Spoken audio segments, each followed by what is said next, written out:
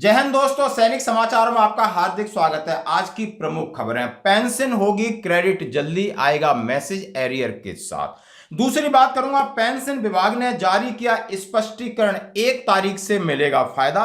ECHS की ex-serviceman के लिए एक सुगम और आसान पहल। और भूतपूर्व सैनिकों की बड़ी मीटिंग है आज, कई फैसले लिए जाएंगे। 150 से अधिक सैनिक संगठन ले रहे हैं भाग। हाँ जी दोस्तों, और मैं बात करूंगा यानी 2 आतंकियों को जिंदा पकड़ा और एक को किया ढेर। हाँ जी दोस्तों, तो खबरें करते हुए साथ से सबसे पहले मैं बात करूंगा पेंशन क्रेडिट मैसेज की। हाँ जी दोस्तों, सबको इंतजार है। जैसा कि हम सभी जानते हैं कि धनतेरस और दिवाली से पहले, यानी दिवाली आपकी 31 अक्टूबर 28 को है, धनतेरस, इससे पहले आपके खाते में पेंशन आ जानी चाहिए। इससे पहले आपके खाते में एरियर डीए बढ़ा हुआ उसका अमाउंट आ जाना चाहिए, ताकि लोग अपने दिवाली से पहले की खरीदारी कर सकें।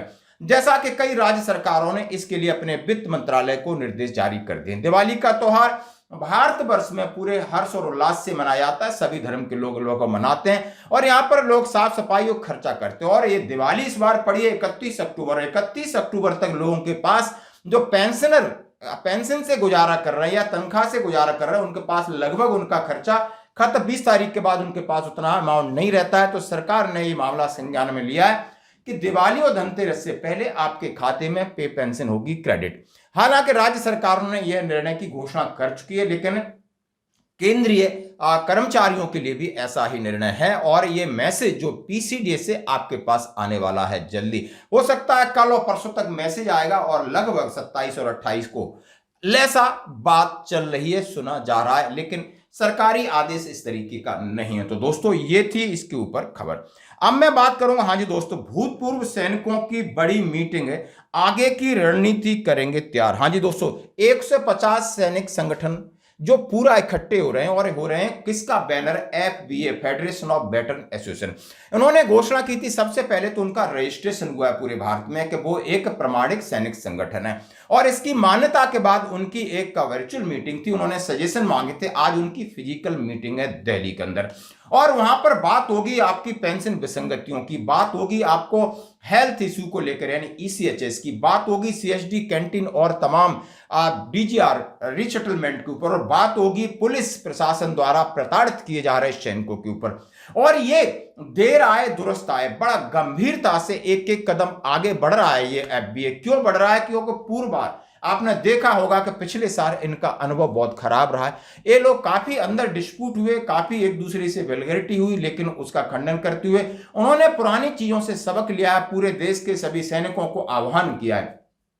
आह्वान में जैसे मेरी बात हुआ, उन्होंने कहा है कि मैं पूरे सैनिकों का आह्वान करता हूं कि अब हमने आगे बिल्कुल कानूनी तरीके से, संवैधानिक तरीके से आगे चलेंगे। सबसे पहले जितने भी एक्सपर्ट हैं उनके लिए कहा है कि आप अपनी राय रखिए कि एक्चुअली पेंशन में, ओआरओपी में विसंगतियां हैं क्या, हम सब लोग उस पर विचार करें। कैंटीन में क्या विसंगतियां हैं, ईसीएचएस में क्या और सुधार हो सकते हैं। और पुलिस प्रशासन द्वारा हमने इस प्रकार की, उन्होंने अलग अलग कमेटी, अलग अलग सेल और इन सब चीज के लिए लीगल सेल बनाई है, ताकि यानी कोई न्यायिक चीज है जिसमें लीगल उनको सपोर्ट चाहिए, उसके लिए भी। तो ये बेसिकली अच्छे तरीके से तैयार होके यानी निकटतम भविष्य में आने वाले लंबा ये अपनी यात्रा तय करेंगे। दोस्तों, अब मैं बात करूंगा पेंशन की। हाँ जी दोस्तों, जैसा कि एक खबर आप देख सकते हो, उसमें सीधा सीधा लिखा है कि आपकी जो पेंशन है वो 1 तारीख से लागू होगी।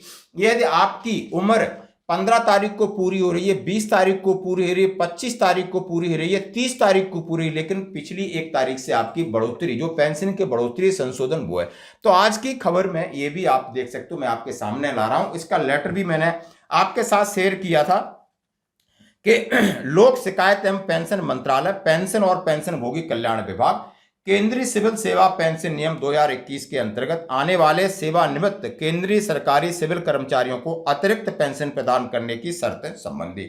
उन्होंने कहा है कि पेंशन नियम 2021, पूर्ववर्ती सीसीएस पेंशन नियम 1972 के नियम 49(2)(a) के नियम 44 के उपनियम 6 के प्रावधानों के अनुसार सेवानिवृत्त सरकारी कर्मचारी द्वारा यदि वो उसको 5%, 20% पेंशन बढ़ोतरी का प्रावधान है, वो 80 साल की उम्र के बाद शुरू होता है। 80 साल का उम्र की डेट यदि 20 अप्रैल है तो उसको 1 अप्रैल से उसका लाभ मिलेगा। इस तरीके का उन्होंने एक लेटर दिया था और उसका एग्जाम्पल दिया। उसकी ये खबर आज अखबारों में चाहिए कि भाई इसके ऊपर क्लियर हो गया। और अभी हमें और इंतजार करना पड़ेगा कि 65 साल के बाद 5% बढ़ोतरी का, 70 के बाद 10, 75 के बाद 15, 80 के बाद 20 और आगे आगे इन्होंने सीधा सीधा कहा है कि 85 से 90 यानी 30% और 90 से 95 40%, 95 से 100 50% और 100 से अधिक आप जीवित रहते हैं तो 100% आपको पेंशन मिलेगी। और मध्य मनकोटिया भारत सरकार अपर सचिव का ये लेटर है, आप अपने पास रख सकते हो दोस्तों। अब बढ़ते हैं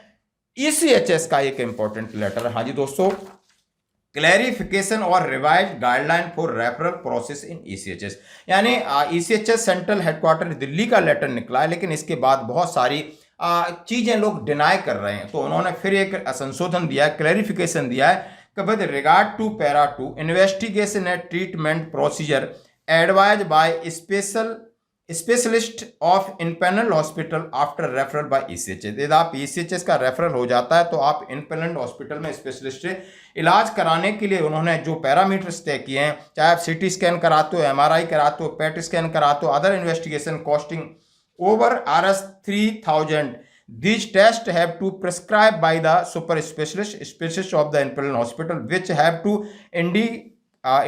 indicated and absolutely necessary, no unnecessary test to be prescribed या done, all the referral is valid for 3 month. यानी उन्होंने कहा जो रेफरल है जिनमें टेस्ट किए जाएंगे, जो नेसेसरी है वो टेस्ट ही, जो बीमारी के कंसर्न है उसी हिसाब से डॉक्टर को टेस्ट करेंगे और उसके लिए आपके लिए पैसा और 3 महीने की वैलिडेशन है। Empanel hospital are requested to follow the guideline and clarification same can be solve.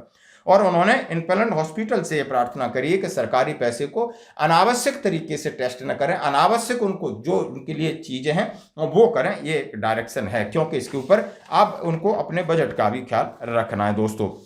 अब बढ़ते हैं अगली खबर की तरफ। जैसा मैंने आपके सामने शेयर किया कि कल पुंछ इलाके में 2 जिंदा आतंकियों को भारतीय सेना ने पकड़ा है। ये है पुंछ इलाके में अब्दुल अजीज और मुनव्वर हुसैन को, और उनके पास हमारी आरआर और पुलिस के ज्वाइंट ऑपरेशन ने उनके पास ग्रेनेड, हथियार, अम्युनिशन सारा ढेर मिला है और वो बड़ी साजिश में थे। यानी आप देख सकते हो कि जेएंड के अंदर एक नई गवर्नमेंट बनी है और गवर्नमेंट बनते ही आप समझ सकते हो कुछ चीजें बहुत जल्दी बदलती हैं। और उसी तरीके से उड़ी में भी एक आतंकी हमला हुआ, वहां सेना ने एक आतंकियों को ठिकाने लगाया। और मैं बात करूंगा छत्तीसगढ़ की, छत्तीसगढ़ नारायणपुर में आईडी ब्लास्ट हुआ है, उसमें 4 जवान घायल हुए थे, उसमें से 2 जवान शहीद हो गए। उन्हें एयरलिफ्ट करके हॉस्पिटल ले जाया गया था, लेकिन ये ऐसी दुर्घटना थी कि ये लोग अपने प्रोडक्ट से आ रहे थे और आईडी ब्लास्ट हुआ।